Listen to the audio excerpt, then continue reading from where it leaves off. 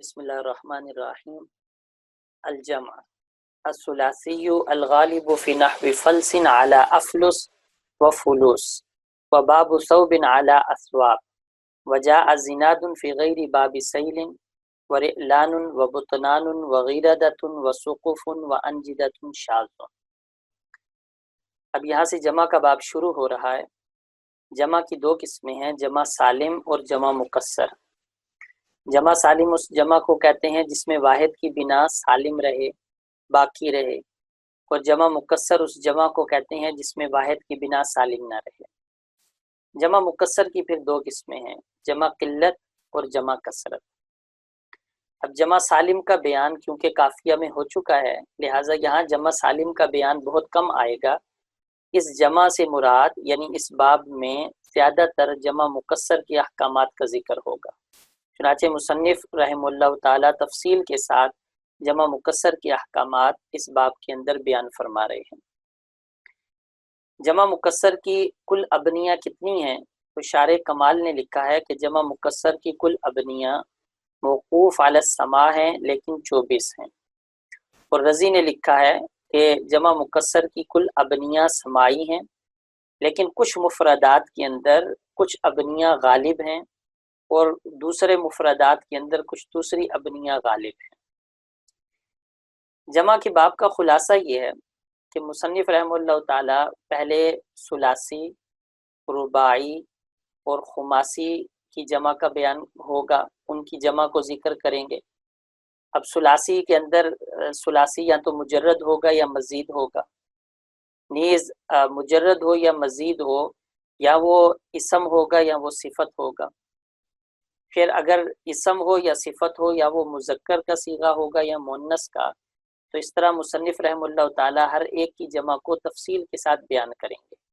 چنانچہ اسم ثلاثی مجرد مذکر کی جمع کا بیان آئے گا، اسم ثلاثی مجرد مؤنث کی جمع کا بیان آئے گا، پھر صفت ثلاثی مجرد مذکر کی جمع کا بیان آئے گا، پھر صفت ثلاثی مجرد مؤنث کی جمع کا بیان آئے گا، اس کے بعد رباعی کا، اس کے بعد خماسی کا، اس کے بعد اسم جمع کا بیان آئے گا، اس کے بعد شذوذ جمع کا بیان آئے گا، اور پھر جمع الجمع کا بیان ہوگا اس باب کے اندر۔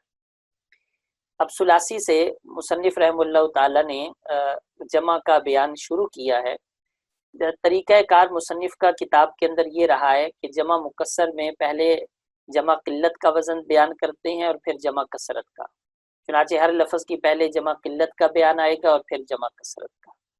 نیز پہلے مصنف غالب وزن ذکر کرتے ہیں جو وزن اکثر استعمال ہوتا ہے، اور اس کے بعد غیر غالب اوزان کو ذکر کرتے ہیں جو اوزان استعمال تو ہوتے ہیں لیکن ان کا استعمال یا کسی باب کے ساتھ خاص ہے یا نادر ہے یا غالب وزن کے مقابلے میں کم ہے، تو غیر غالب اوزان کو مصنف باب کے اندر ذکر کرتے ہیں۔ تو یہ ترتیب رہے گی کہ پہلے جمع قلت اور جمع کثرت کا بیان آئے گا، کسی بھی لفظ کی جمع قلت اور جمع کثرت کا بیان آئے گا، لیکن غالب وزن کو پہلے ذکر کریں گے، اور اس کے بعد جمع قلت اور جمع کثرت کے غیر غالب اوزان کا بیان آئے گا۔ الثلاثی، یہاں سے اسم ثلاثی مجرد مذکر کی جموع کا بیان شروع ہو رہا ہے۔ اسم ثلاثی مجرد مذکر کی جموع کا بیان یہاں سے شروع ہو رہا ہے، کیونکہ اسم ثلاثی مجرد کی 10 ابنیہ تھی، لہٰذا ان 10 ابنیہ میں سے ہر ایک کی جمع کا بیان شروع میں آ رہا ہے۔ فرماتے ہیں اگر وزن ہو فعلن، یہ پہلا وزن ہے، تو فعلن غالب فعلن کے اندر یہ ہے کہ اگر باب صحیح کا ہے تو اس کی جمع قلت افعول وزن پر آئے گی اور جمع کثرت فعول وزن پر آئے گی۔ اس کو فرمایا کہ فلسن جیسے جو الفاظ ہیں، یعنی فعلن اگر صحیح باب سے ہو تو اس کی جمع قلت افعول وزن پر آئے گی اور جمع کثرت فعول وزن پر آئے گی، لیکن اگر وہ اجوف واوی یا اجوف یائی ہو تو اس کی جمع قلت افعال وزن پر آئے گی۔ یہ مطلب ہے کہ باب و صوبن، باب کہہ کے قاعدے کی طرف اشارہ کیا کہ اگر وہ معتل العین ہو یعنی وہ اجوف واوی یا اجوف یائی ہو تو اس کی جمع قلت افعال وزن پر آئے گی۔ وجاء زناد، اور اب جمع کثرت کس وزن پر آئے گی؟ تو اگر اجوف واوی ہے تو جمع کثرت فعال وزن پر آئے گی، اور اگر اجوف یائی ہے تو جمع کثرت فعول وزن پر آئے گی۔ چنانچہ سیلن اس سے مراد اجوف یائی ہے کہ اس کی جمع کثرت فعول وزن پر آئے گی، لہٰذا سیلن اس کی جمع کثرت سیول وزن پر آئے گی۔ اب مصنف کو زناد کی مثال نہیں دینی چاہیے تھی، یہاں پر مثال آنی چاہیے تھی اجوف واوی کی، جیسے مصنف کہتے وجاء سیابن، تو کلام واضح ہو جاتا، لیکن مصنف یہاں اشارہ کرنا چاہ رہے ہیں کہ جیسے اجوف واوی کی جمع کثرت فعال وزن پر آتی ہے، اسی طرح صحیح کی جمع کثرت کا ایک اور وزن وہ فعال ہے۔ تو اس طرح جمع کثرت کے صحیح کے اندر دو وزن ہو گئے، ایک فعول جیسے فلوس ذکر کر دیا، اور دوسرا فعال جیسے زناد وزن ہے۔ تو اشارہ کرنے کے لیے مصنف نے اجوف واوی کی مثال کے بجائے صحیح کی مثال دی، تاکہ یہ اس بات کی طرف بھی اشارہ ہو جائے۔ وَرِعْلَانٌ وَبُطْنَانٌ وَغِرَدَةٌ وَسُقُوفٌ وَأَنْجِدَةٌ شَاذٌ۔ اس کے علاوہ جو جموع آئی ہیں، ان اوزان کے علاوہ جس وزن پر اگر فعل کی جمع آئی ہے تو وہ سب اوزان شاذ ہیں، لہٰذا رعل کی جمع رعلان وزن پر یعنی فعلان وزن پر، بطن کی جمع بطنان وزن پر یعنی فعلان وزن پر، غرد کی جمع غیردۃ یعنی فعالۃ وزن پر، سقف کی جمع سقوف وزن پر، اور نجد کی جمع انجدۃ وزن پر، شاذ یہ سب جموع شاذ ہیں۔ ونحو حمل یعنی فعل اگر لفظ ہے تو اس کی جمع قلت افعال وزن پر آتی ہے اور جمع کثرت فعول وزن پر آتی ہے، یہ اوزان غالب ہیں، یعنی اکثر یہی اوزان استعمال ہوتے ہیں۔ غیر غالب اوزان ذکر کیے، وجاء علی قداح فعال وزن پر بھی آتی ہے، ارجل افعول وزن پر بھی آتی ہے، صنوان فعلان وزن پر بھی آتی ہے، ذؤبان فعلان وزن، قرادۃ فعالۃ وزن پر بھی آتی ہے، لیکن یہ وزن غیر غالب ہے۔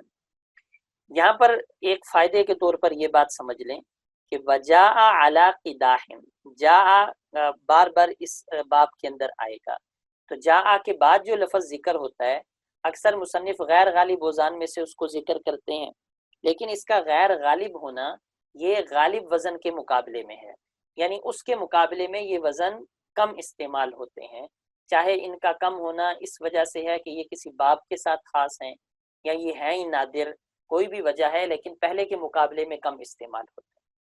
نیز یہ بات سمجھیں کہ جب بھی جاء کے بعد متصل جو وزن آیا ہے، رضی نے ہمیشہ اس کو غالب اوزان میں سے شمار کیا ہے، تو مصنف اس کو غیر غالب اوزان میں ذکر کر رہے ہیں، لیکن جو شارح رضی ہیں وہ ہمیشہ اس کو غالب اوزان میں ذکر کرتے ہیں۔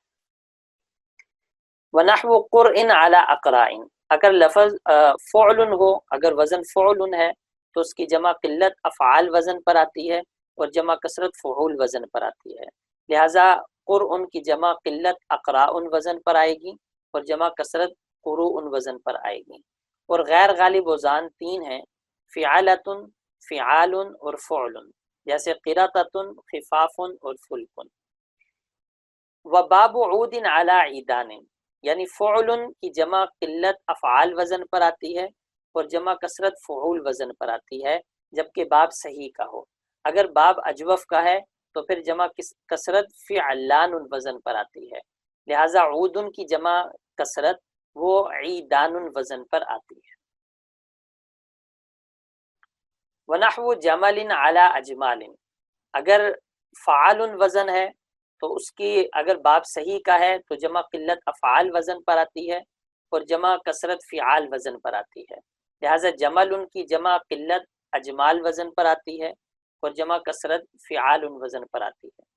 لیکن اگر باب ہے اجوف کا تو اس کو باب التاجن سے ذکر کیا، اگر باب ہے اجوف کا تو اس کی جمع کثرت فعلان وزن پر آئے گی، فعال وزن پر نہیں آئے گی، لہٰذا تاج کی جمع کثرت تیجان وزن پر آتی ہے۔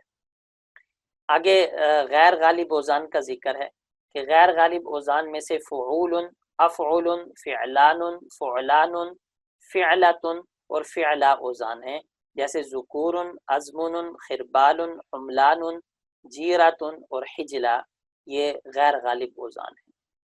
ونحو فاخذ، فاعل وزن ہو تو اس کی جمع قلت اور جمع کثرت دونوں افعال وزن پر آتی ہے.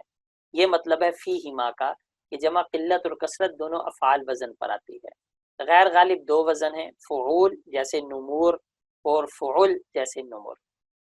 ونحو عجز، اگر فعول وزن ہے تو اس کی جمع قلت اور جمع کثرت دونوں افعال وزن پر آتی ہے.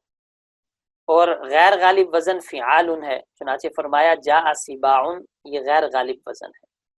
ولیس رجلۃ بتکسیر، ولیس رجلۃ بتکسیر عبارت جواب ہے سوال مقدر کا.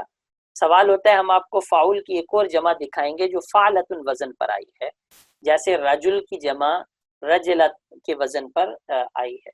تو اس کا جواب دے رہے ہیں کہ رجلہ یعنی فعلہ کا جو وزن ہے، رجلہ کا جو لفظ ہے یہ جمع مکسر نہیں ہے بلکہ یہ اسم جمع ہے، لہٰذا فعول کی کوئی جمع بھی فعلہ وزن پر نہیں آتی.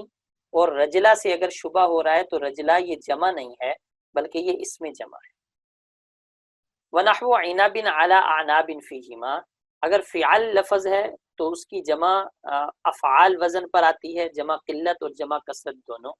غیر غالب دو اوزان ہیں، افعول اور فعول، جیسے ضلع کی جمع اضلع اور ضلوع وہ آتی ہے. وَنَحْوُ إِبِلٍ عَلَىٰ آبَالٍ فِيهِمَا، اگر فعل وزن ہے تو اس کی جمع کثرت اور جمع قلت دونوں افعال وزن پر آتی ہے، لہٰذا ابل کی جمع آبال وزن پر آتی ہے. وَنَحْوُ سُورَدٍ، فعل وزن کی جمع کثرت اور جمع قلت فعلان وزن پر آتی ہے. اور غیر غالب دو وزن ہیں، افعال اور فعال.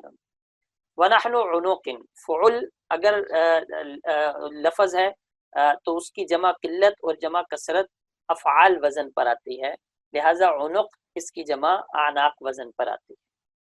وَامْتَنَعُوا مِنْ أَفْعُلْ فِي الْمُعْتَلِّ الْعَيْنِ، یہاں سے کچھ قواعد بیان کر رہے ہیں.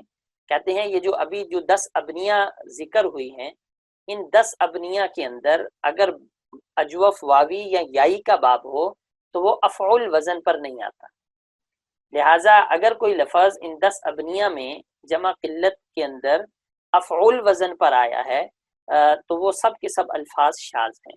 لہٰذا اقوس، اصوب، اعین، انیوب یہ الفاظ شاذ ہیں.